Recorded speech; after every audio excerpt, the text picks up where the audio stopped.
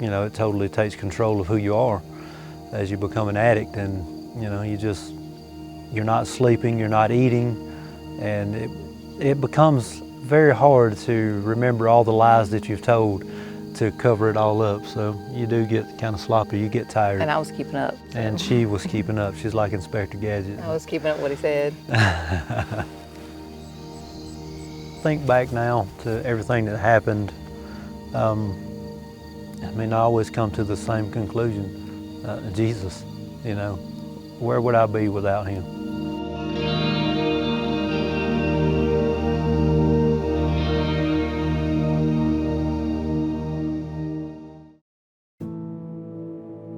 Well, to be honest, there was a lot of red flags even before marriage, but being young, we ignored all of that. Honestly, our first separation was only 8 months into our marriage.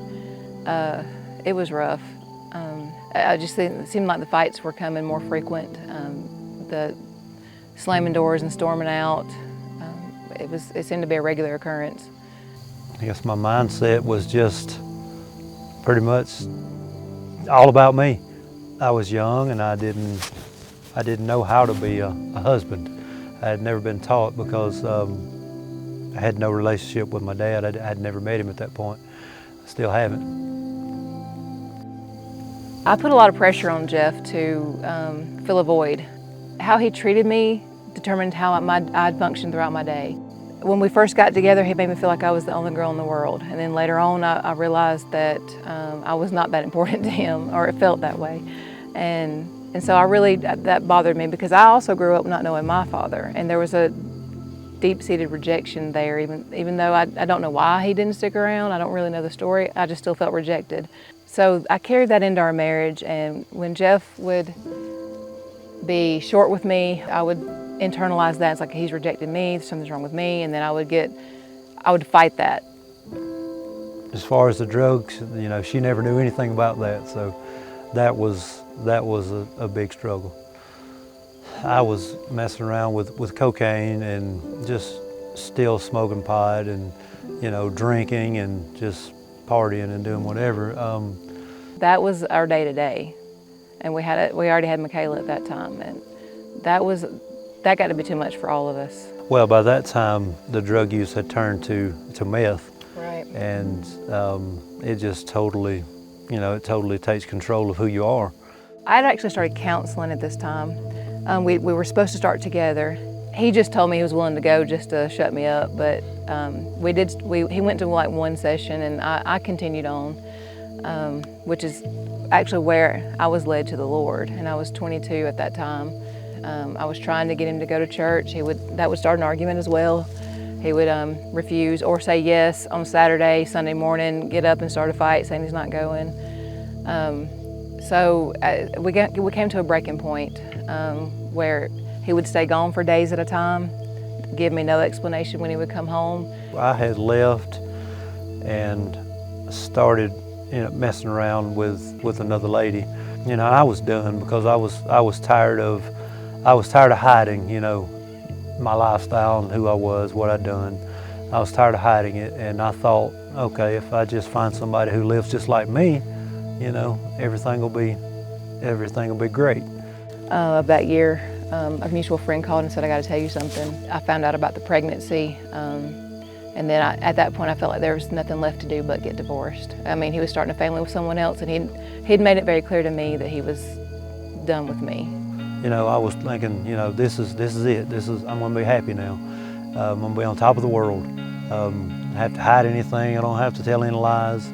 But the longer it went, the more miserable I got. You know, I was in a bad place, real bad place, and I haven't seen my children in I don't know how many months it's been. But my daughter and I, when she was a child, you know, we were really, really close. And I remember I had a picture of her beside my bed at my grandmother's house. This is where I went back to, and I would look at that picture every night, and I'd just sit there and cry, and cry, and cry, and cry. And one night I was just sitting there and looking at that picture, and I called her and I said, I need you to come get me. So, and she did, and it was late at night. That Sunday morning I was getting myself and my kids ready for church, and he said if I had clean pants I would go to church with you. And in my mind, I was like, whatever. Like, I just knew, we'd already been through this so many times. Since we were divorced, he'd moved out. He had no clothes there. But just going through my bedroom, I found one pair of pants of his hanging in the closet.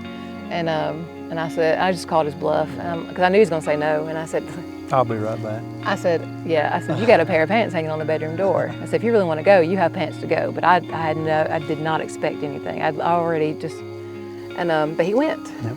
He went.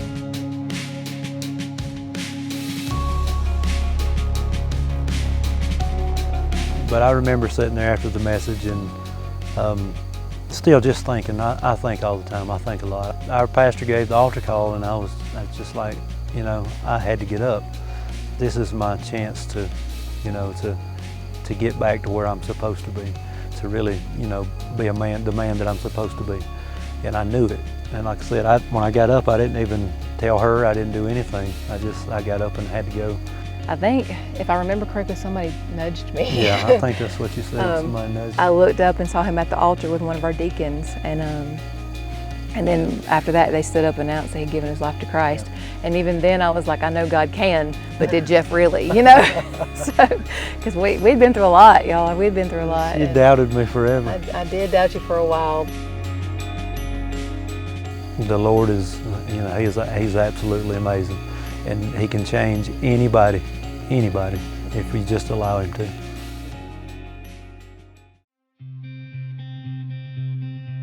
Focus on the Family came into my life early in my Christian years. I do remember turning on the radio just to listen, because I knew there were stories.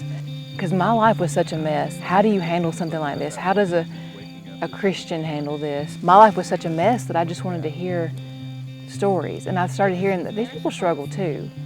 And God is helping them in their struggles, and surely He can help me in mine. Because even though he was doing better, I was seeing a change in him, and we were talking about reconciling for our family's sake, that there was still another baby on the way, then that was something we had to deal with. We were not going to run from that. We just made a decision that we were going to reunite and be the best we could for him. And in my mind, that just meant that I was going to be the best stepmom for him that I could be. Going back to when I got that phone call that there was even going to be a baby, I hurt. But I could not be angry at him. I could not reject him. I had just had a son. Camden was so tiny when we split up, just like three or 4 months old. Something in me, I just knew I was going to love him. I didn't know in what capacity at that time, because I did not know what role I was going to play in his life, but I just knew I was going to love him. We were remarried by August. He was born that following November. By the time he was 2 months old, we were getting him every other weekend.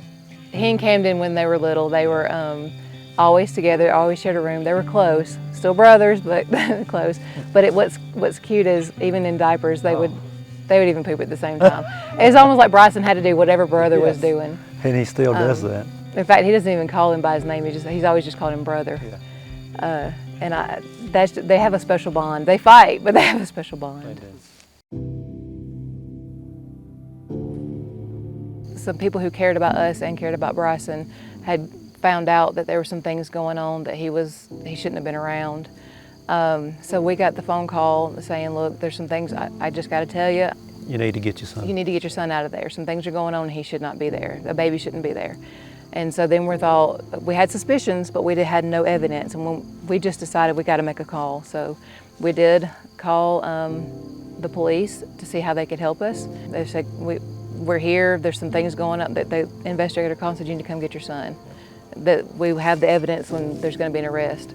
So we had to go straight to that scene and pick him up from there. As time progressed and we saw how things were going to go, because I never intended to take him from anyone or anything, it was not like that, but we knew he wasn't safe. So as time progressed, things continued. He'd been with us for so long that that's all he knew. There was things on the other side that were not progressing like they should for his sake. So I talked to our lawyer and said, what can I do? Because what rights do I have if something happens to Jeff? And she said, then he leaves, because as a step-parent, you have no rights to him outside of being married to Jeff. So if Jeff passes away, he goes back. And that broke me. That's what scared me. He was doing so well with us and in that structured environment. So I had to start the proceedings to see what I could do to go through with a step-parent adoption.